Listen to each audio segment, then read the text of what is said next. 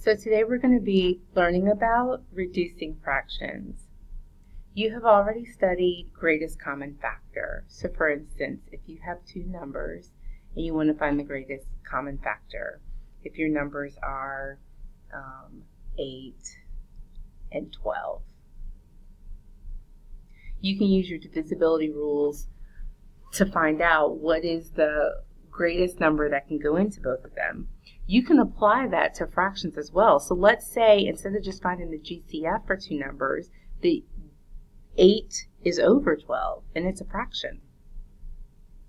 Then you would use the same method. You would find the greatest common factor of 8 and 12 to reduce it. One way that I like to do this is called the ladder method. So I would take the fraction and I would write it side by side, like with a slash mark between, and I will put it in like an upside down kind of like division house. So my top number would go first, my numerator, slash for the fraction, denominator, and then I use my divisibility rules to make up a number that can go into 8 and 12. Well, 2 can. 2 can go into 8 4 times. 2 can go into 12 6 times. And this is still a fraction.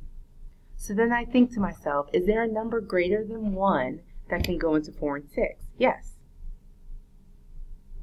2 can, again. 2 can go into 4 2 times. 2 can go into 6 3 times. So I know that 8 twelfths in lowest terms is going to be 2/3. Maybe you already knew that 4 was a number that could go into 8 and 12. Maybe you already knew the GCF. GCF's over here. If I do 2 times 2, 4 is the greatest number that can go into 8 and 12. So if you already knew that, you could just divide by 4, and you would get 2.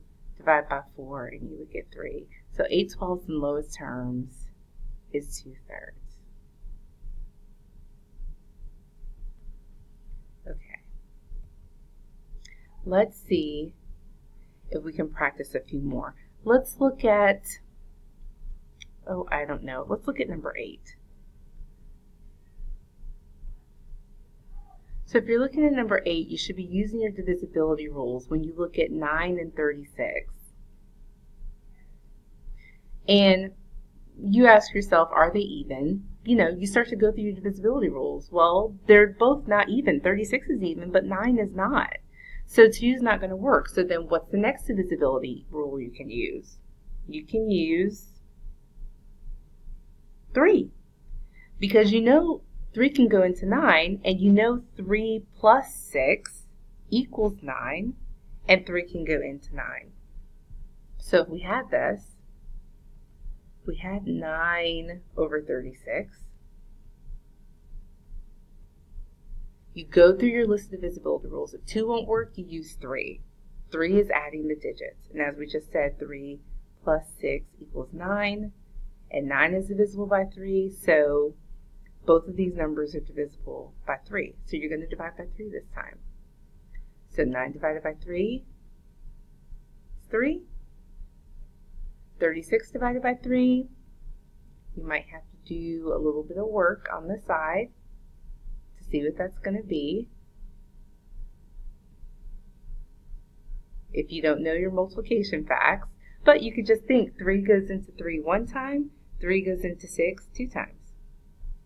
And is there anything that can go into 3 and 12?